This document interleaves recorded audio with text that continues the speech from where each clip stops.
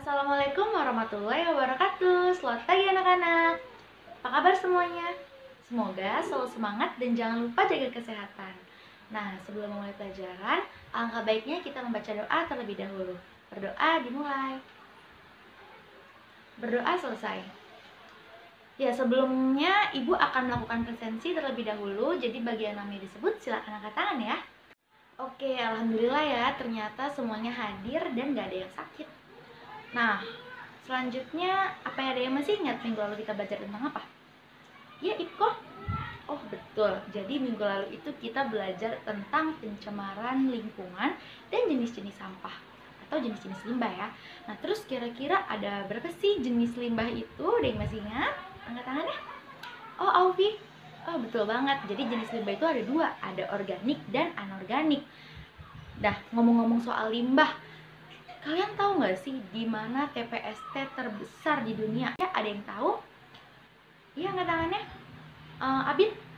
Oke, betul kata Abid bahwa ternyata TPST terbesar di dunia itu adanya di Indonesia, tepatnya di Bekasi, Bantar Gebang.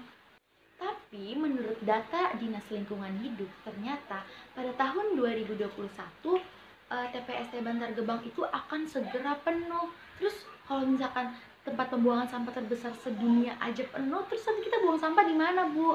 Nah, itu dia permasalahannya. Nah, sampah yang begitu banyak tersebut merupakan PR bagi generasi kita untuk bagaimana sih cara meminimalisir limbah-limbah tersebut. Nah, itu akan dijawab pada pertemuan kita hari ini. Jadi pertemuan kita hari ini kita akan membahas mengenai bagaimana mengelola limbah menjadi nilai yang lebih bermanfaat. Nah, selanjutnya Ibu memiliki gambar nih. Silahkan kalian lihat. Nah, kira-kira dari gambar tersebut, apa sih penyebab yang menyebabkan banjir pada gambar di samping? Oke, ada yang mau jawab? Aufi? Oh iya, betul banget apa yang dikatakan Aufi bahwa biasanya penyebab banjir yang terjadi di Jakarta itu karena warga-warga yang suka membuang sampah di sungai. Sehingga ketika hujan turun, yang harusnya hujan itu ditampung di sungai, tapi karena sungainya penuh dengan sampah, akhirnya air tersebut meluap dan mengakibatkan banjir.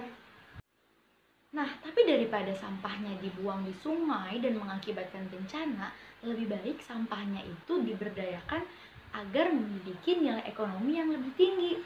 Tapi gimana ya cara membuat sampah memiliki nilai ekonomi yang tinggi atau setidaknya dia memiliki manfaat lebih untuk masyarakat? Diapain ya kira-kira? Ya bener banget apa yang dikatakan oleh Abid. Kita bisa mendaur ulang sampah tersebut. Nah, pada pembelajaran kita hari ini kita akan membahas KD 3.11 dan KD 4.11. Dan ini merupakan tujuan pembelajaran kita pada hari ini. Oke, sekarang Ibu memiliki video yang menarik untuk kalian simak mengenai urgensi limbah di Indonesia. Silakan simak baik-baik videonya, nanti akan Ibu tanyakan mengenai tanggapan kalian terkait video ini. Silakan menonton ya. Indonesia merupakan negara dengan sumber daya alam yang melimpah, wilayah yang luas, dengan jumlah penduduk sekitar 257,9 juta jiwa. Dari banyaknya penduduk, banyak masalah yang ditimbulkan. Salah satu masalahnya yaitu kesadaran masyarakat Indonesia terhadap lingkungan hidup sangatlah kurang. Masalah terbesar terhadap lingkungan adalah sampah. Tahukah kamu apa itu sampah? Sampah merupakan material sisa, baik dari hewan, manusia, maupun tumbuhan yang tidak terpakai lagi dan dilepaskan ke alam dalam bentuk padatan, cair, ataupun gas.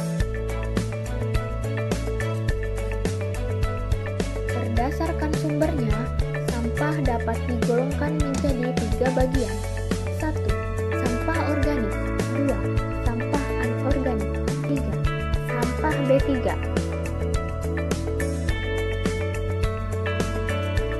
Menurut riset Green Nation, organisasi non-pemerintah yang 10 tahun mengikuti isu sampah, satu orang Indonesia rata-rata menghasilkan 700 kantong plastik per tahun.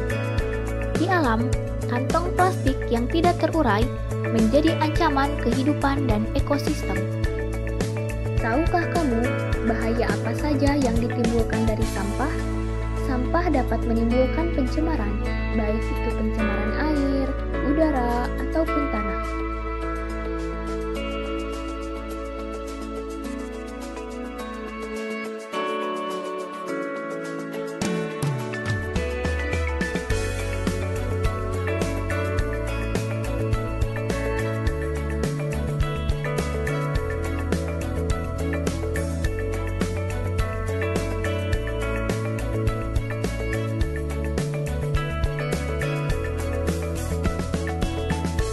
Solusi yang bisa kita lakukan dalam menangani bahaya sampah diantaranya sebagai berikut.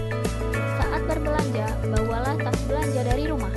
Jangan membuang sampah plastik dan sampah-sampah lainnya secara sembarangan. Limbah plastik dapat ditanggulangi dengan cara 3R, reuse, recycle, dan recovery. Dengan cara 3R, sampah dapat menghasilkan barang-barang baru. Untuk mengubah Indonesia menjadi bebas sampah, memang membutuhkan tahapan yang lama. Meski begitu, mengambil langkah-langkah kecil dapat sangat membantu dalam mengatasi tingginya pencemaran plastik. Sudah saatnya bagi kita untuk mengambil beberapa langkah pencegahan dan membuat kehidupan yang lebih baik bagi generasi mendatang.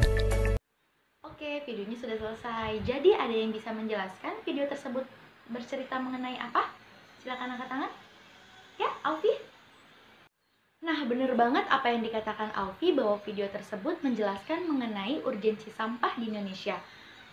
Jadi, negara kita itu setiap harinya memproduksi sekitar ribuan ton sampah yang didominasi oleh sampah-sampah hasil makanan atau bisa kita sebut sampah organik, dan banyak juga sampah-sampahan organik seperti sampah plastik, sampah kantong plastik, botol, sedotan, pokoknya banyak banget yang apabila tidak diminimalisir, hal tersebut akan mengakibatkan masalah besar terutama bagi lingkungan dan kesehatan dan juga bagi kehidupan makhluk hidup lain. Nah, sekarang silahkan kalian buat pertanyaan untuk masalah sampah tersebut yang nantinya pertanyaan-pertanyaan itu akan dijadikan dasar untuk pembuatan proyek kita kali ini. Oke, selanjutnya Ibu akan bagi kalian menjadi 4 kelompok. Proses pembentukan kelompoknya silahkan dihitung dari ujung 1 sampai 4. Dan nanti kalau misalkan sudah terbentuk kelompoknya, silahkan duduk dengan kelompoknya masing-masing ya.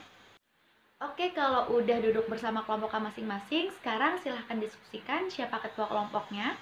Oke, kelompok 1, siapa ketua kelompoknya? Angkat tangan. Oh, Abid. Oke, Abid nanti silahkan bagi tugas dengan teman-temannya untuk mendiskusikan produk daur ulang apa yang akan kamu buat untuk proyek kita hari ini. Oke, kalau kalian sudah tahu produk daur ulang apa yang ingin kalian buat, sekarang silakan kalian susun jadwal untuk pelaksanaan pembuatan produk tersebut. Oke, silakan ya. Ibu kasih waktunya 10 menit. Cukup? Cukup. Oke, waktunya sudah habis. Tadi kalian sudah mendiskusikan tentang perancangan dan penyusunan jadwal pembuatan produk. Sekarang silakan masing-masing kelompok presentasikan apa saja yang sudah kalian diskusikan tadi. Dimulai dari kelompok berapa ya? Siapa yang mau duluan? Kelompok 3. Oke, silakan kelompok 3 duluan. Kelompoknya Iko ya? Oke, silakan. Nah, alhamdulillah sejauh ini proses perencanaan produk kalian sudah cukup bagus. Tinggal nanti bagaimana eksekusinya saja. Dan minggu depan kita akan melakukan monitoring terkait kemajuan hasil pembuatan produk kalian. Buatlah sekreatif mungkin dan persiapkan sebaik mungkin agar kalian mendapat nilai yang bagus. Oke, ternyata pelajaran kita pada hari ini sudah selesai, alhamdulillah. Silakan persiapkan produk kalian sebaik mungkin, persiapkan alat bahannya, dan kalau ada yang nggak bisa boleh ditanyakan kepada ibu. Semoga bermanfaat, dan ibu tutup dengan membaca hamdalah. Alhamdulillah. Assalamualaikum warahmatullahi wabarakatuh. Assalamualaikum warahmatullahi wabarakatuh. Selamat pagi anak-anak. Apa kabar semuanya? Semoga selalu sehat ya. Hari ini ada yang nggak masuk? Oh, hadir semua. Oke, alhamdulillah kalau hadir semua ya. Jadi udah pada siap ya. Minggu lalu kita sudah membahas mengenai perancangan produk yang ingin kalian buat mengenai limbah daur ulang yang terbuat dari plastik. Dan minggu ini kita akan melakukan pembuatan produk tersebut. Nah, dan nantinya di akhir pembelajaran, Ibu akan memberikan kalian reward. Jadi kalian harus buat produk tersebut sekreatif dan sebagus mungkin. Oke, langsung saja kita mulai. Sekarang silakan kalian duduk bersama kelompoknya masing-masing. Kemudian langsung saja untuk memulai proses pembuatan produknya. Nanti akan Ibu pantau. Dan kalau kalian ada yang tidak paham, boleh silahkan ditanyakan pada Ibu. Oke, waktunya 30 menit untuk pembuatan produk daur ulang. Silakan. Oke, waktunya sudah habis. Sekarang waktunya kalian untuk mempresentasikan mengenai produk daur ulang yang sudah kalian buat. Oke, dimulai dari kelompok berapa? Kelompok 2. Oke, silakan kelompok 2. Alhamdulillah semua kelompok sudah berhasil mempresentasikan hasil dari produk daur ulangnya. Semoga produknya bermanfaat buat lingkungan, dan apabila kalian bisa memodifikasinya lagi atau atau menambah nilai estetikanya, produk tersebut bisa dijual loh. Tadi kreatif banget, soalnya Ibu lihat ada yang membuat dari botol plastik, ada yang membuat dari bungkus kopi dijadiin tas, dan ada juga yang membuat dari tutup botol. Nah, sekarang Ibu mau tanya nih, gimana sih pesan-pesan kalian selama pembuatan produk tersebut? Ayo, ada yang mau bercerita? Abid, silakan Abid cerita. Oke, terima kasih Abid. Nah, sekarang apa ada yang mau cerita juga? Kendala apa saja yang kalian dapatkan selama proses pembuatan produk? Ya, angkat tangan. Oh, Aufi. Oke, silakan Aufi. Nah, alhamdulillah pelajaran kita sudah selesai. Kira-kira ada yang ingin menyimpulkan apa saja yang kalian dapat dari pembelajaran hari ini? Ada yang bisa? Ya, angkat tangannya. Ipko? Oke, silahkan Ipko. Nah, benar apa yang dikatakan oleh Ipko, bahwa walaupun limbah plastik itu tidak dapat diurai, namun apabila diberdayakan dan dimodifikasi, itu akan membuat ia memiliki nilai ekonomi yang tinggi. Selanjutnya, Ibu akan melakukan tes evaluasi untuk mengetahui sejauh mana kemampuan kalian mengenai pengolahan limbah ini. Silakan keluarkan kertasnya, soalnya ada 5. Ibu mulai dari sekarang. Jadi, untuk pertemuan selanjutnya kita akan membahas mengenai global warming, yang nantinya Ibu akan mengirimkan artikel terkait global warming ke grup kelas melalui WA, atau nanti Ibu kirimkan ke ketua kelas untuk kita ulas bersama minggu depan. Oke? Nah, kita akhiri pembelajaran kita sampai di sini. Kurang lebihnya mohon maaf. Wassalamualaikum warahmatullahi wabarakatuh.